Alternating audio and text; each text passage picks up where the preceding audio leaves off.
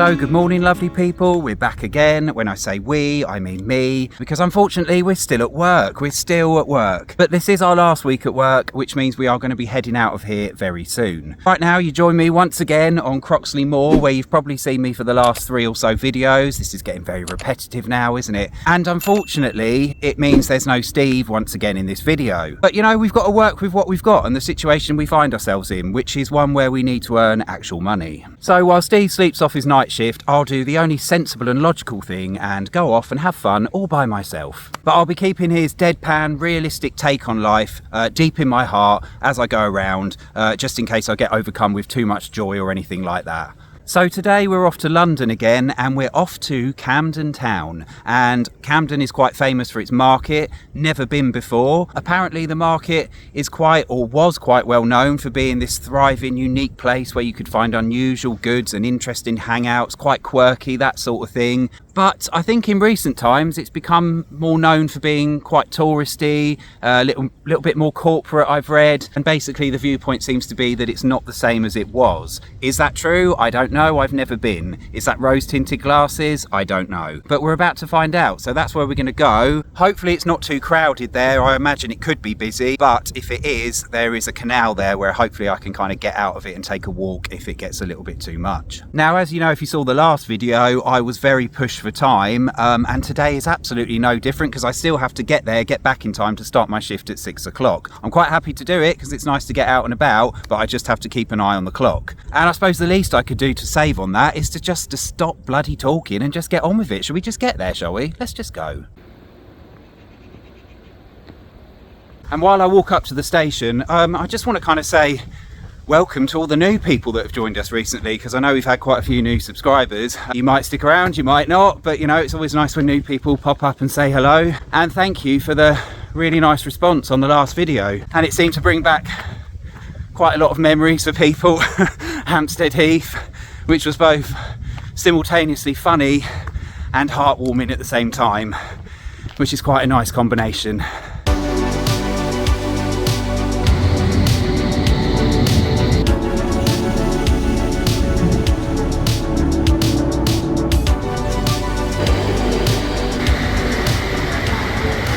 Oh, well, that definitely wasn't as plain sailing as last week. It was quite horrible, actually. The tube mission today was to figure out how to get from Croxley to Camden in the quickest, least painful and least traumatic way possible. And I figured out that it was probably easier going direct to King's Cross and then walking the 20 odd minutes up to Camden. But I don't think there's any straightforward way to do it. And the tube was quite busy this time and it kept stopping for long periods, and I was getting more and more anxious on it. And you know, I wasn't going to film that. It's not nice to film on a busy tube anyway, but yeah, not too good. But we're out in the open, the fresh air now. Well, not really fresh air, it's London, but it's air. And we can finally start the day. So let's get on.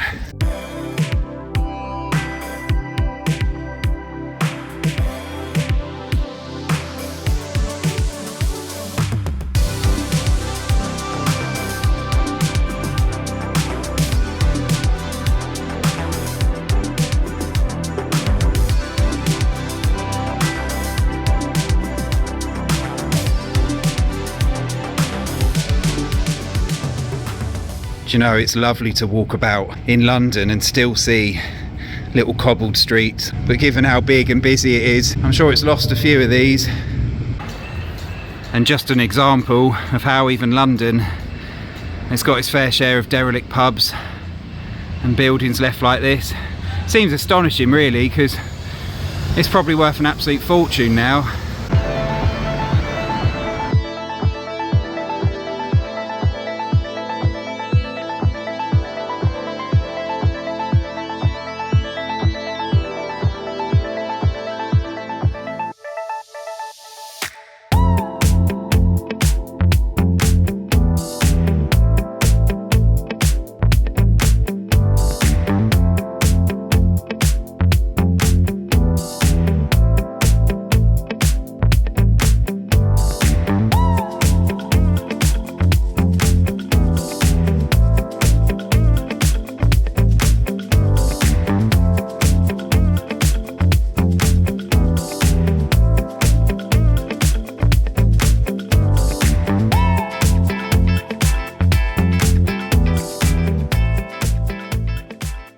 So one of the things that Camden's kind of known for, or at least it was, I don't know if it still is, it's kind of like its music scene, and in particular a venue, the Roundhouse, that's really well known, and it goes back years I think, and many big name people have performed there.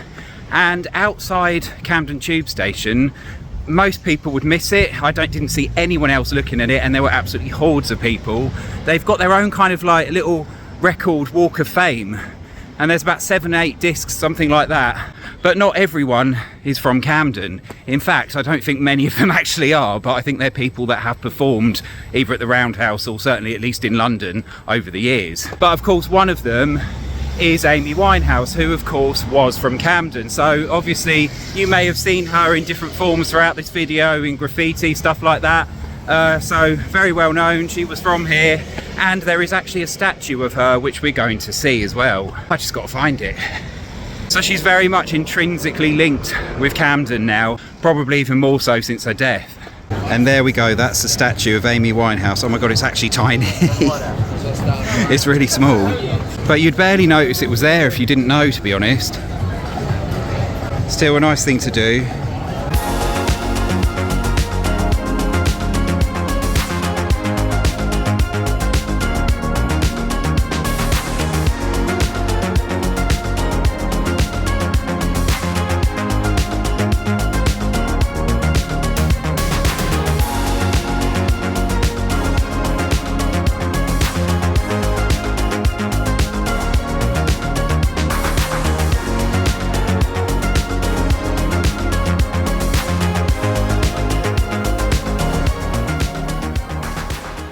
So it's often the stupid little facts, the silly little things that I find interesting about coming to places like this. And this building here was, I think, called the Breakfast Television Centre, and it was where, if you might remember, if you're of a certain age, where TVAM was filmed. And these little egg cups on top have their own little story. So these egg cups, it's a shame actually, because they seem to have lost their colour, but they were yellow and blue. They seem completely just white now, because obviously they've been there for years, and they were put up when TVAM started, I think, in the early 80s. Now apparently one of these eggs actually appeared on the Antiques Roadshow after it was kicked off the roof during a strike or something like that, I read, and it appeared on Antiques Roadshow, I can't remember the value, after it was pulled out of a skip. And these eggs were actually designed by the architect Sir Terry Farrell, and they appeared in an exhibition not so long ago about postmodern architecture. Means nothing to me really, but I wouldn't mind one in my garden, with the colour still left on it, which these don't have. I mean, obviously if we had a garden and we didn't live in a tiny van, that is.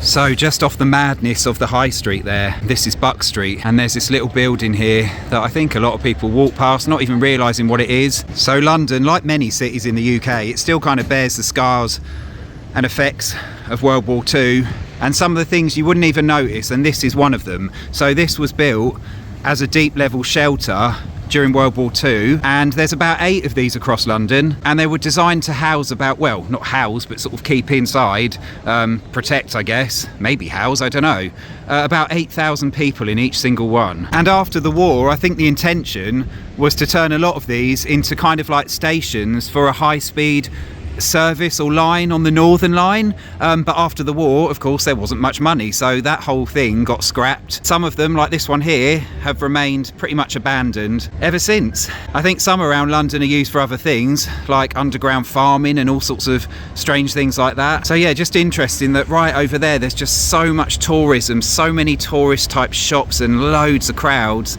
and you've just got this little thing sat there.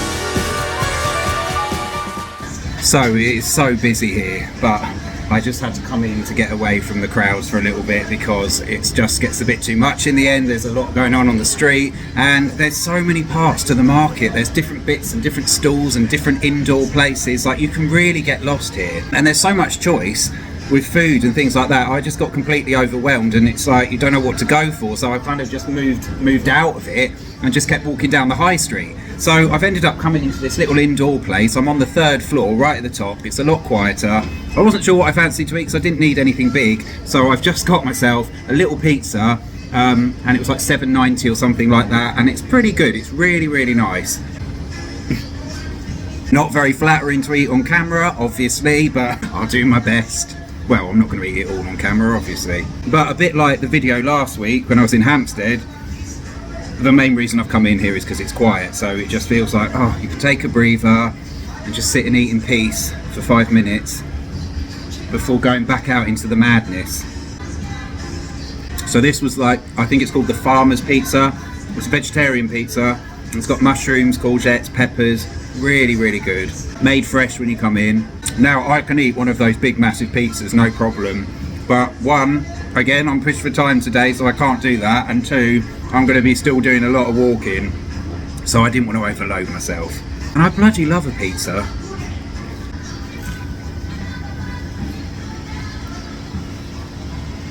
So I don't know if you can hear me because there's a lot of traffic around on this high street, but this building here that you would barely notice now, that's quite sad, and it does make me sad looking at it. And I'll tell you a bit about that when I can find somewhere quiet and also sheltered, because it's now absolutely tipping it down. Well, I found a dingy little doorway to talk in because I'm getting absolutely soaked now, and obviously my camera's going to get wet, so it's just impossible. So the building we were just at in the high street there, that was a pub, and it was called the Black Cap. And the Black Cap for a long time was a really prominent gay pub in London. But as a gay pub, it's been there since, well, it's been operating as a gay pub since the early 1960s, I think, when it was a bit of a refuge for gay people, even before homosexuality was even made legal, which I think was like late 60s. Don't quote me on that, but I think so. And they put on all sorts of drag shows, so it became a real hub for decades for gay people all over London. So over the years it built up quite a reputation for all the drag shows it would put on, and it made quite a few big names in the world of drag, including Paul O'Grady, who actually first performed there as Lily Savage in 1978, and I think he performed there for a number of years when he lived in London. But sadly the Black Cap did actually close its doors 10 years ago this year, basically, so it shut in 2015, and the reason being is because I think they wanted to turn it into luxury flats, because there aren't enough of those in London, right? So obviously this caused quite an uproar, and even today they're still fighting to reopen it because it's not been turned into flats. As you can see, it looks completely abandoned, so it's still just sitting there. So the hope is it will actually reopen at some point. But I guess it's further proof that it doesn't matter where you are, even in somewhere thriving like London, or seemingly thriving, that pubs can still struggle, like the one we showed you earlier. They still close down and sometimes just remain that way.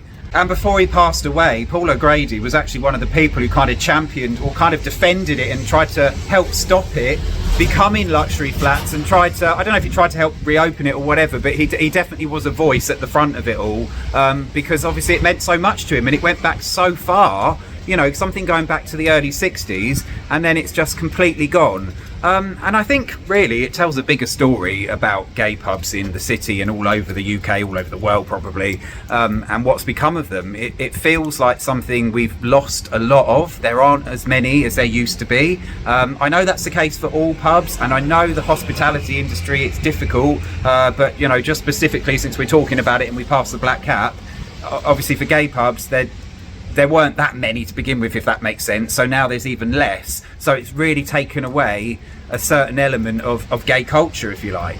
Of course you've got apps now for meeting people, so they don't necessarily serve that purpose, but actually there's still nothing quite like going to an actual real place and meeting people naturally, having a drink or whatever. So yeah, a shame to see these things decimated, and that's a prime example. It's got to be one of the most famous ones. Now, I'll be honest, I hadn't heard of it myself, but you know, I think a lot of people, if you're from London, probably would have done. So just a sad story all in all, and maybe it might have a happy ending by opening again, who knows. So yeah, it just makes me sad to see, really. It's just the way it is. It's a reminder. But when you look how busy Camden is and different things going on, I know people have different opinions on it, and I'll go into that later when I'm done here, about what I think of the place, if anyone cares, like I don't talk enough. But you know, there are lots of people here, there are lots of people walking through, so to see the Black Cap just empty there, it's like, oh, you know, was it doing well? Was it even doing badly when they decided to close it? It just seems such a shame. And that's what happens when you stand in front of somebody's front door. Well, it's a block of flats or something, or offices, I don't know, but somebody just bumped into me, but I had to get out of the rain. But on an altogether more grim note, the Black Cap is actually where the serial killer, Dennis Nilsen, in the late 70s and early 80s, he actually drank there a few times. I don't know how often, I don't know if he was a regular, but they certainly knew him, the people that worked there. Dennis Nilsen, well, just Google it, because that is a really horrifying case, and he killed lots of men in London over that time period. It's a really disturbing case, in fact. But what's interesting, if that's the word, probably not, is that one of his victims that he picked up in the Black Cap was the one victim that he tried to kill, but then he let go. He kind of freed them. In fact, I think he even walked them back to the train station. Now, this victim, the story doesn't end there. This victim, you know, although he survived, it effectively kind of ruined his life. You know, he was always left wondering why he was the one that was saved, and he wrote letters to Dennis, I think, in prison, and lots of things messed him up. I think he turned to drink. I don't know the full story, but it didn't. He ended up a really unhappy person, and it messed him up completely. So yeah, that's the Black Cap, a really interesting history, an important part of gay culture over the years. Really sad it's ended up how it did, and of course quite a dark side, or an element of it, with the Dennis Nilsen connection. But let's hope one day it can reopen and there can be a really happy it can be a happy place again. Anyway, as the weather is absolutely crap and I am running out of time, I've decided I'm going to go back now, and I'm going to come back and finish all this off tomorrow. That's no skin off my nose. I'm actually quite enjoying these little trips around London now, and I'm annoyed that I actually didn't do this before all the times we worked in Watford. But never mind, I get to do it now. Oh my god, this is awful. I'm in the middle of London and I can't find any shelter now I'm moving. How ridiculous is that? I'm trying to find the nearest tube station to where I am. Not to where I was, but to where I need to get back to for the line. And that's not proving much fun. So I'm just going to get soaked until I get where I need to be. It's only water.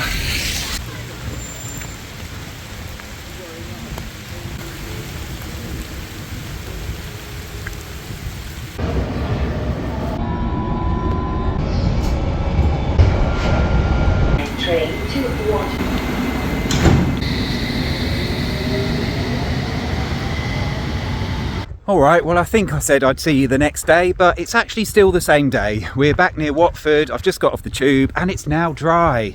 Not that we didn't need the rain, very grateful for it. I just don't want to film in it. So before I get back to the van and get ready to start my shift, because obviously I've got work coming up, I just wanted to sum up Camden really. For me, having never been, I actually quite enjoyed it. It was a bit overwhelming, but having never been there, I really did enjoy the colours and the shop fronts and the vibrancy of it all. There was a lot to marvel at, and it did feel quite unique compared to some other places. However, I do get where people are coming from. It is very touristy, and although the markets, there's not really one Camden market, there's lots of different places that are different markets, and it's all kind of joined together, mixed with different food stalls. Although there is lots of it, if you take out all of the ones that are selling stuff like I love London sort of tat, that kind of thing, and there's loads of things selling kind of like generic t-shirts, and it's supposed to fit in with the area, like music and stuff like that. But actually when you walk around, you end up seeing so many stalls selling exactly the same thing. And there were so many products I was seeing over and over again. The same slogans on t-shirts, that kind of thing. So remove all of that and you're probably taking out like a good 3/4 of it, really.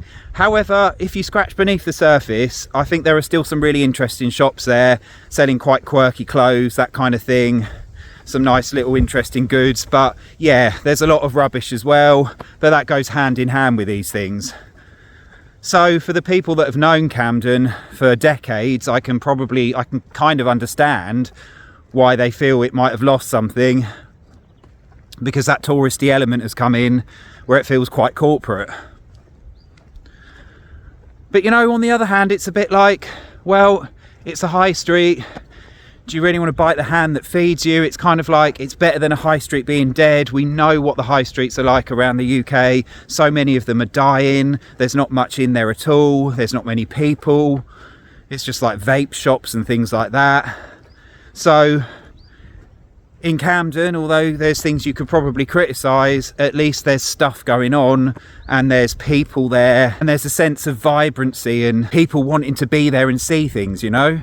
So maybe not ideal that it's lost its edge that it supposedly had, but maybe that was of an era that was never destined to last, because nothing ever does. So really nice, like really colourful, and I'm glad I got to see it. But right now I'm going to head back to the van, get ready for my shift, and we're going to go out again tomorrow. I'm not going to film too much because this video is going to just going to go on and on and on, and I help that enough by talking. Not that I'm going to apologise for that anymore, because I'm done with that. You know, that's just how it is. If you don't like that, then I guess these videos aren't for you, because I'm always going to bloody talk, aren't I?